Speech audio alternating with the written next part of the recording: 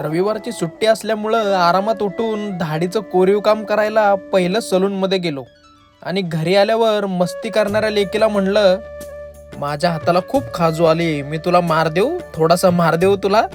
आणि नंतर मार द्यायला गेलो तर माझ्या हाताला अशी खचखन चावली. पप्पा पप्पा मामाची घरी डब्याला चला ना. कसं खायचं तिथे गेल्यावर? मग मामाच्या घरी जाऊन एवढं सगळं खाल्ल्यावर घरी येऊन थोडासा आराम करत होतो तर तेवढ्यात बायको म्हणाली, काय बाप लेकींचा टाइमपास चाललाय नुसता. हा, उठा ते दळण करा आणि ठेवून या तेवढं.